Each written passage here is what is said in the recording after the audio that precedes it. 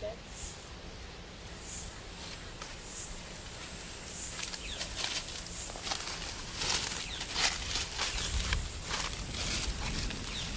Yes, I think this is probably the slab we had the gas chamber on. Unfortunately, I can't see any of the bolts that must have been put down in the middle, but it's big enough.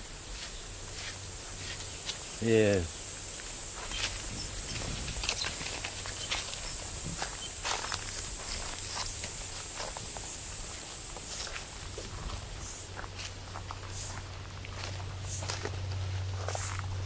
Although I don't think these had anything to do with it, the whole chamber's been moved elsewhere. Still put to some useful purpose. Tropic proofing useful objects, I hope.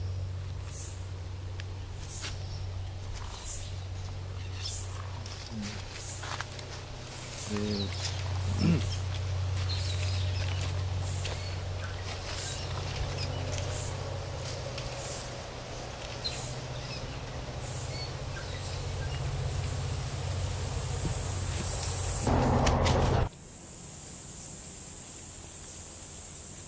Okay, Dick.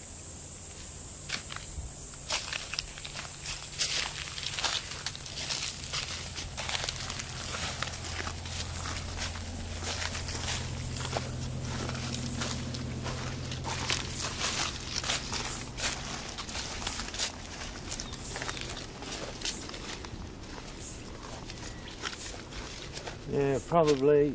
It looks like the water towers we had.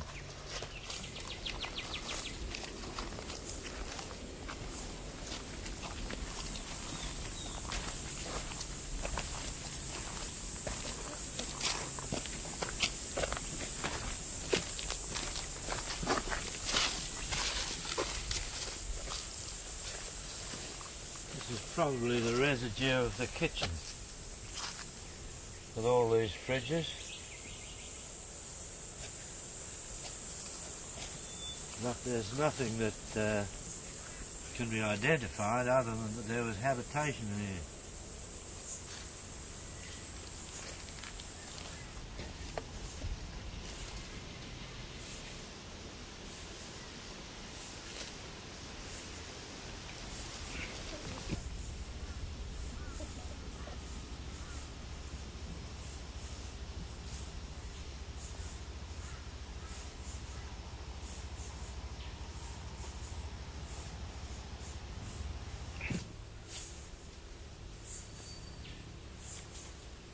Okay. Okay.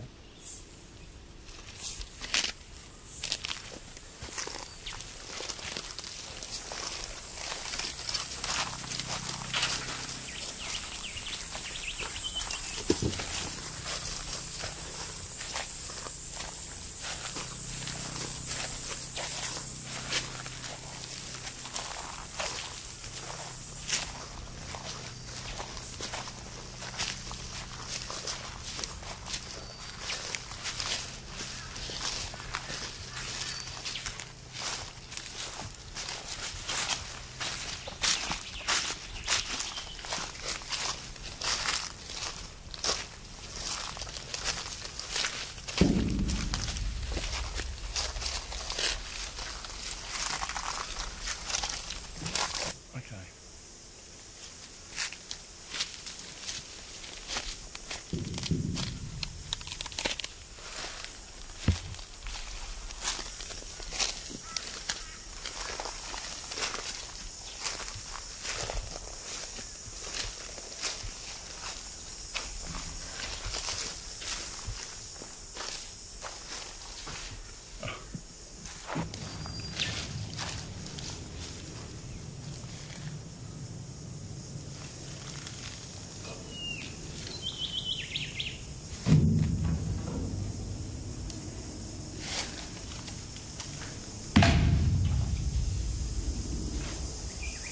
Some sort of chemical, probably to purify the water, unless it can't be the accumulation of bird droppings.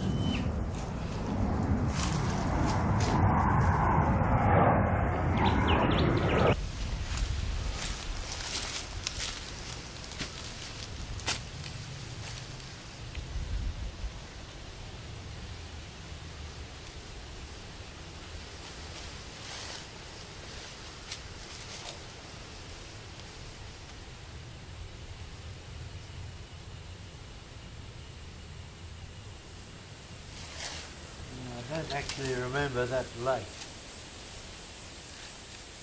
but it may have been there.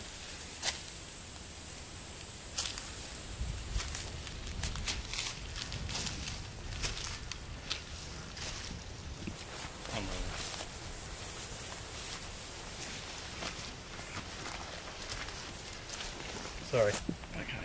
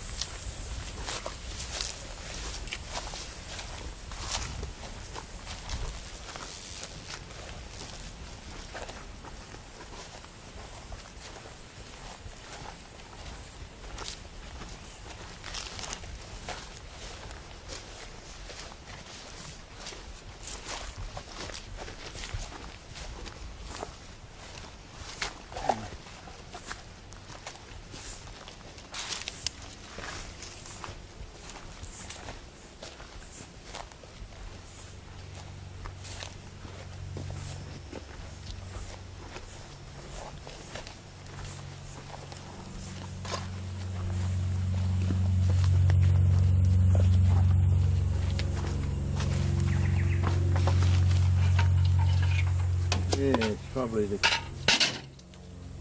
bits of the kitchen.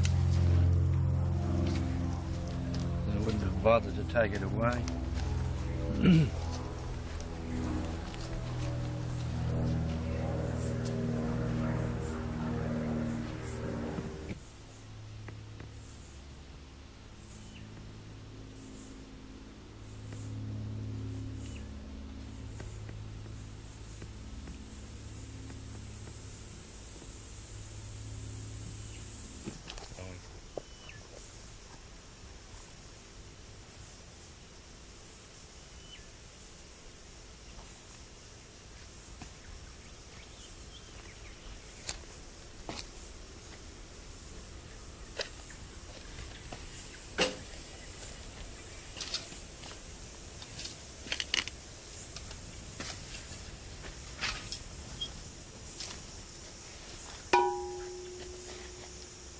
Yeah.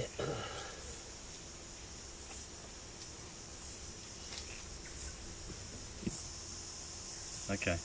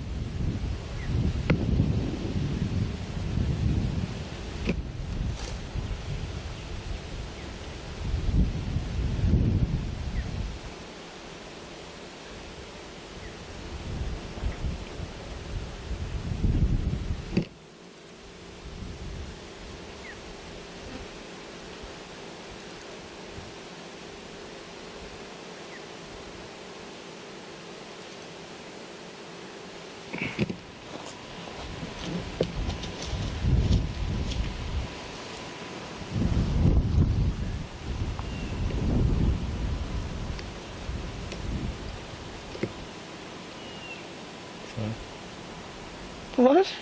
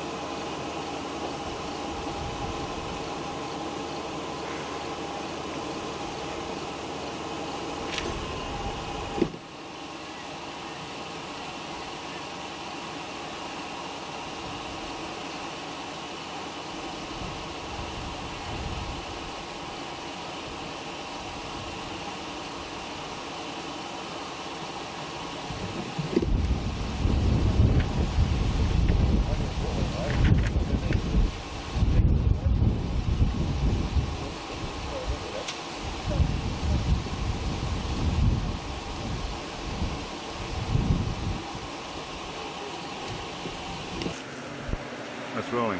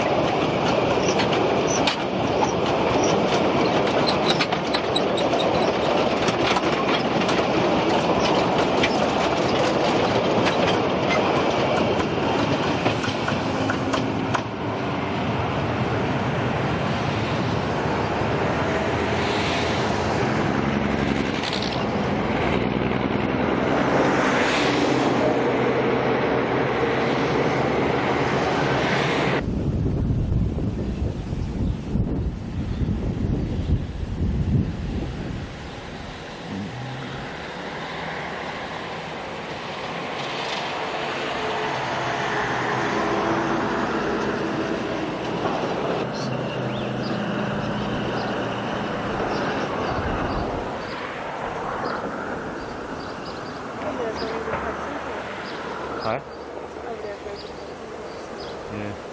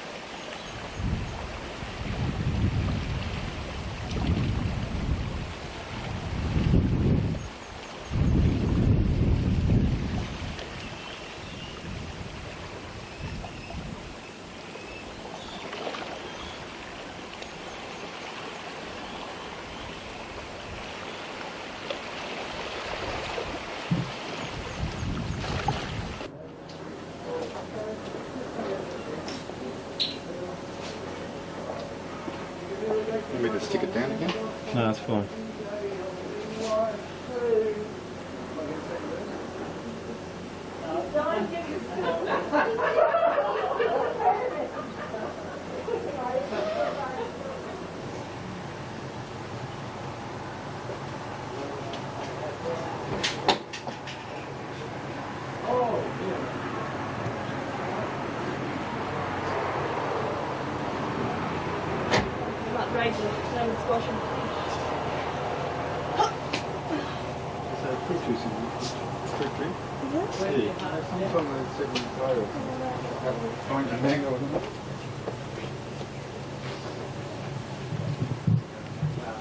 Tyler definitely wasn't a filmmaker. No, it didn't sound like it. Did you hear that? Yeah. Ingenious, but why didn't he just turn the projector on its side? Yeah, well, a long time ago. It was blown up when we tried to.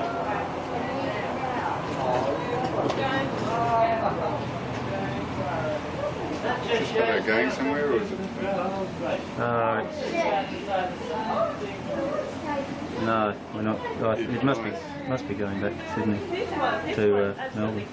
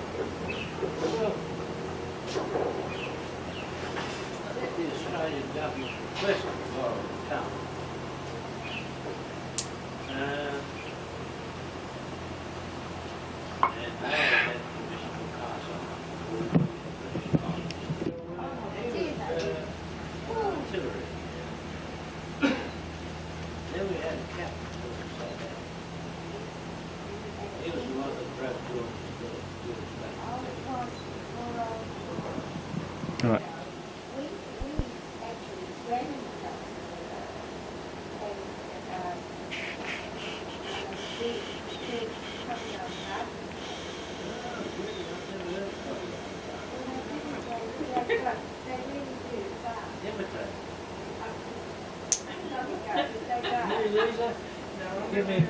Skedaddle. I'm rolling. Okay. 30 seconds, Cynthia, from now. Look over towards me. Just sort of dream a bit.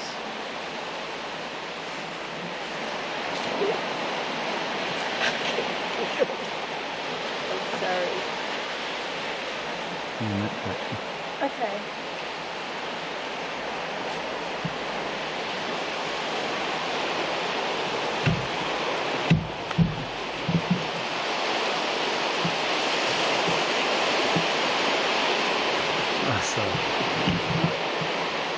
Yeah, well, sort of,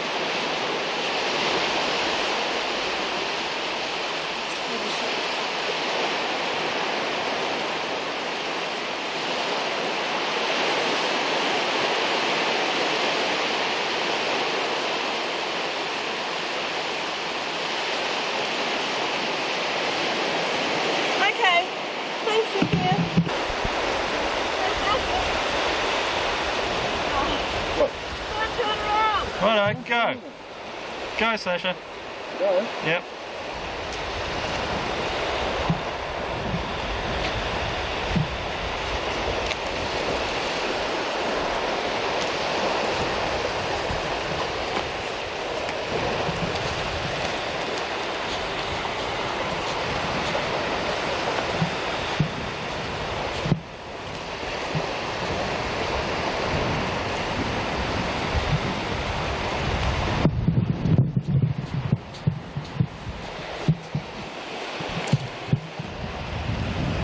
Okay, go.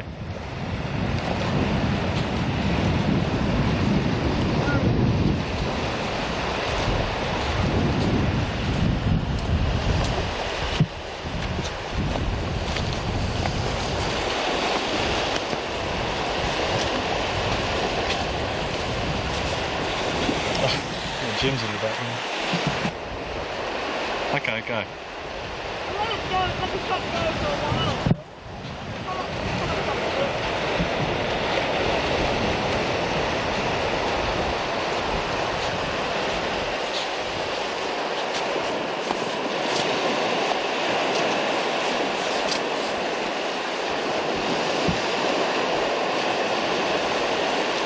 Where are you, Richard?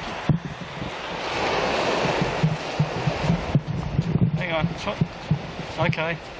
Signal me now. Oh, fuck. What? Oh, good. Shadows are really weird. Okay. Just keep coming. Keep walking.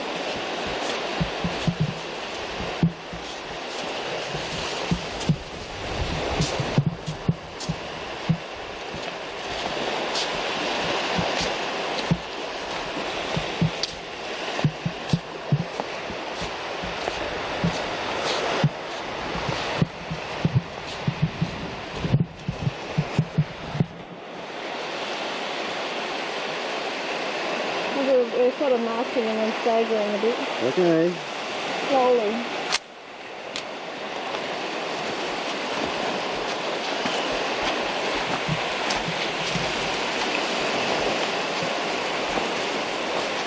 Slow down a bit. Just keep a bit further away from me.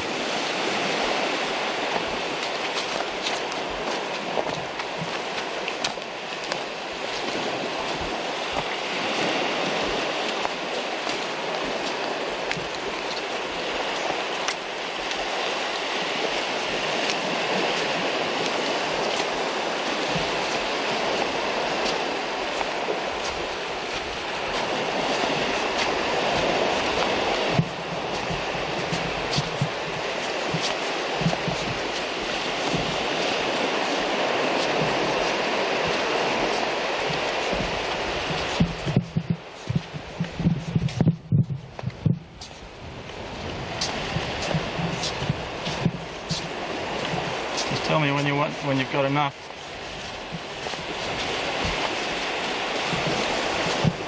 Right. Let's stop and talk to each other, alright? Oh, right, yeah. Good.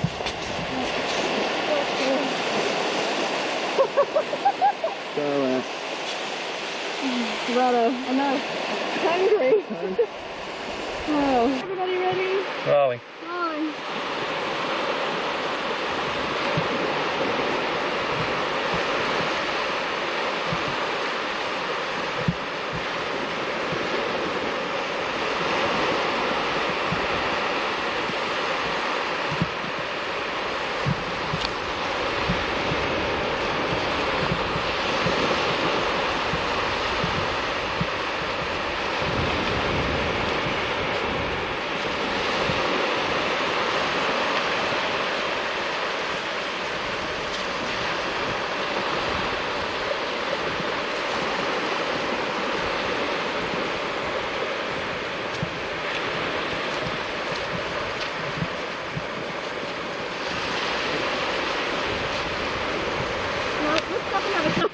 I can't get close.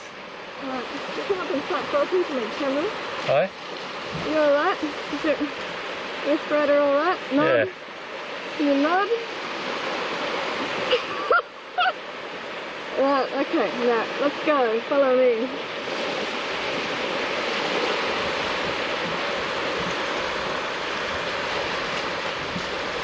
Come on, you lazy bastard.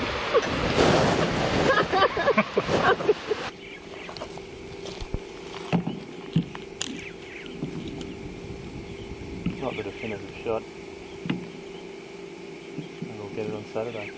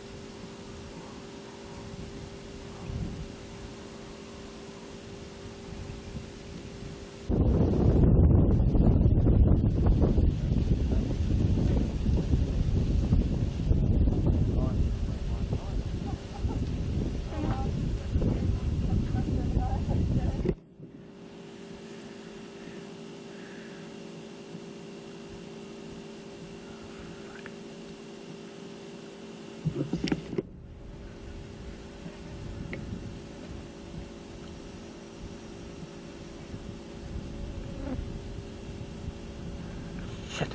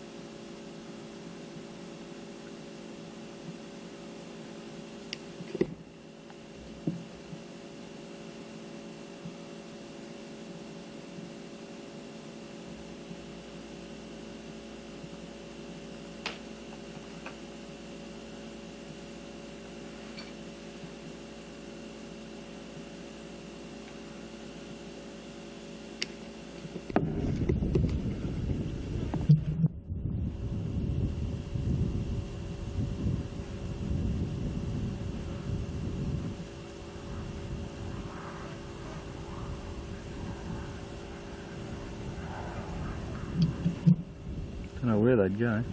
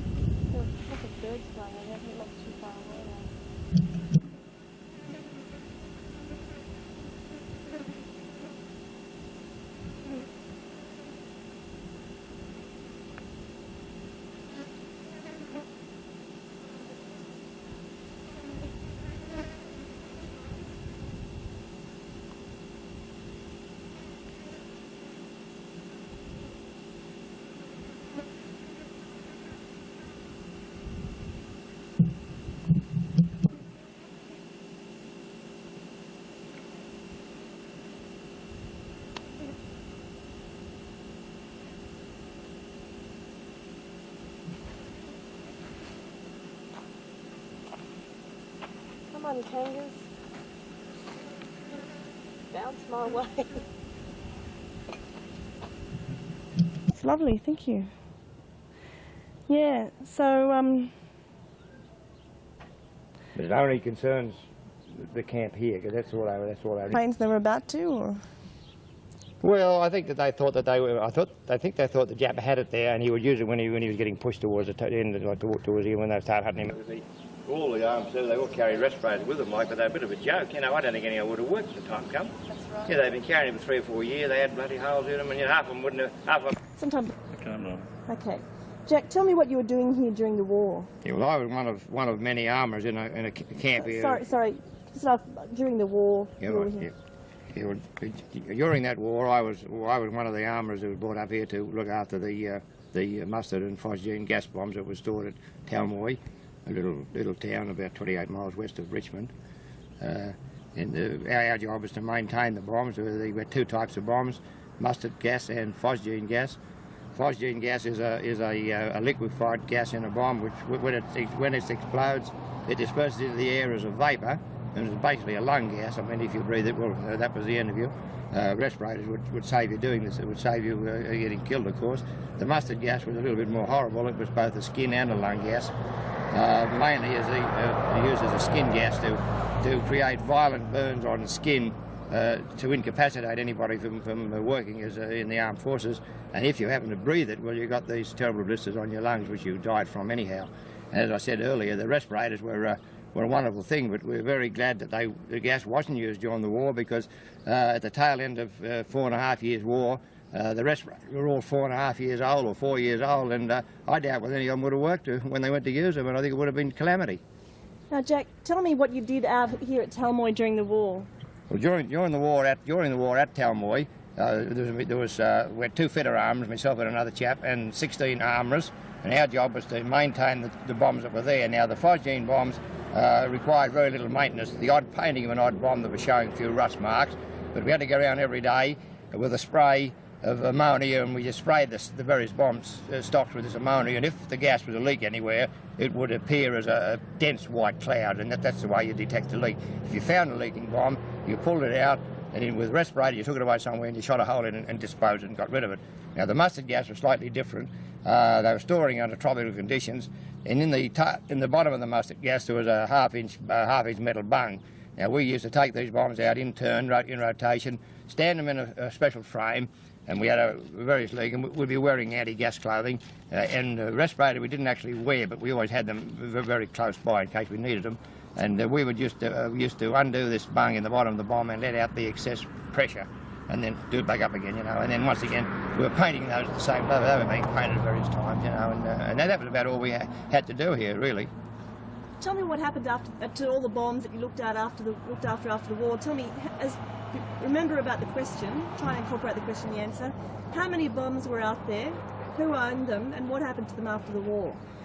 Well, after the war, the disposal of the bombs, when they knew the war was over, we were more or less instructed to get rid of the bombs. Now, the quantity of bombs, well, memory's a bit vague on it, but, you know, we would have had a lot more mustard gas bombs than phosgene, but I'd say probably a couple of thousand phosgene bombs and probably 6,000 or 7,000 mustard bombs. And we were told to, and instructed how to dispose of them. The phosgene bombs we were told to take to the back of the camp area and more or less line them up, wear our respirators and shoot holes in them and let the gas disperse into the air. And that was quite a simple operation, although we did have one chap whose respirator broke down, and I think we did save him by using the oxygen bottle out of the workshop, the welding oxygen. I think we didn't have any medical oxygen anyhow. But the mustard gas was a little bit more difficult because it's a gas that's very hard to completely destroy. We carted this probably 5 to 6 miles from the camp, stacked it in big heaps, covered the heaps with brushwood from the river. We carted a lot of brushwood from the river, covered the heaps with it, then we saturated the whole heaps with aviation fuel, and we just stood back and fired a few incendiary bullets into them and ignited them, and the heaps burnt. Now, the assumption was that the intense heat of that fire would crack the bomb cases, and with the heat in the fire, then the contents, the mustard gas itself, would burn. We say mustard gas. It's not a very good name for it because it wasn't in the bomb in a gas form. It was a thick, treacly sort of a substance actually in the bomb that gave off this gas when it was exposed to the air. Now, we burnt these, but of course we've since found out in inspections only in the last few months from some of the armament experts in Australia that the bombs were not totally destroyed, and they are to come back in the very near future to sort of have a look at them and sort of dispose of them completely once and for all. Tell me about where the... Change position, please. Sorry. It's getting very contrasting. Right. Could you just look around, just stand back over there, Jack. Sorry, we're just losing the sun a bit. Oh, I see, yeah. Right. I mean, is the background changed too much? Yeah, well, that's Too contrasting. Okay. contrasting. Yeah, well, Tell me as much as you can about, how about if you point out to these bombs behind you here? Where you are, point out to the bombs and tell me a little bit about what happened to them, like what the local people in the area have done with them. Well, the bombs that you see here in front of this old garage here, they are cases of the phosgene bombs, which you only had holes shot in the base of them. They're probably only about another 6 or 7 inches longer than what you appear there.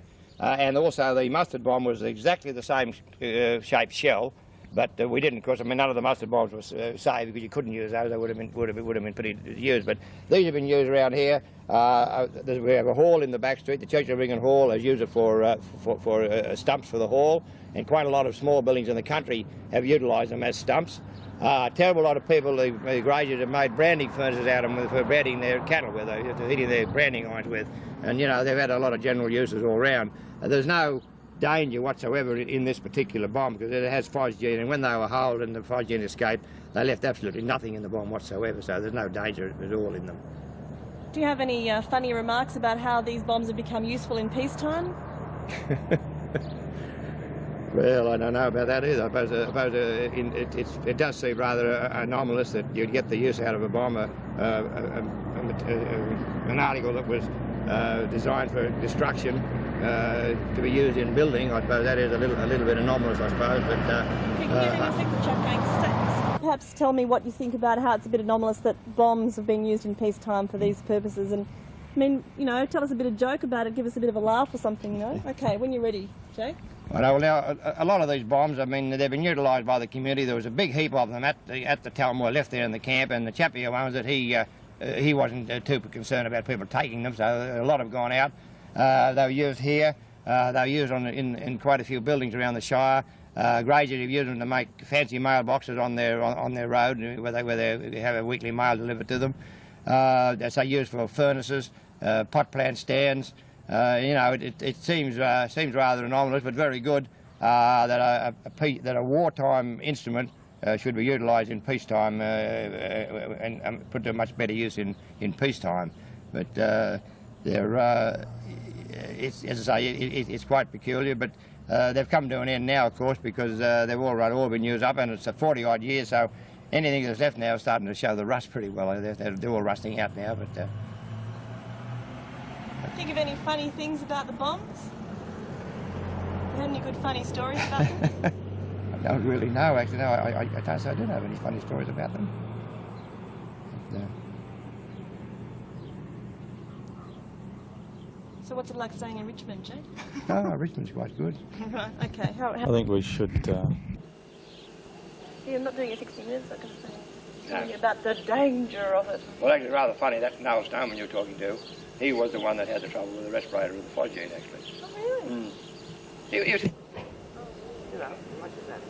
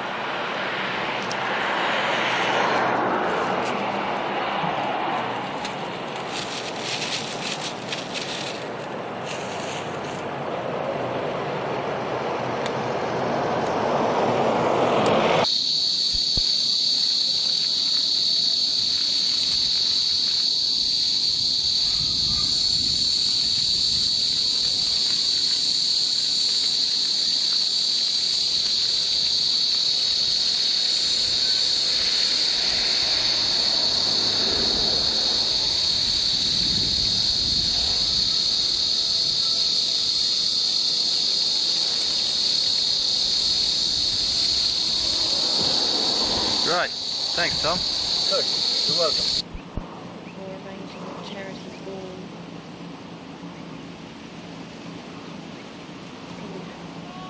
Because the fucking sun had to come out.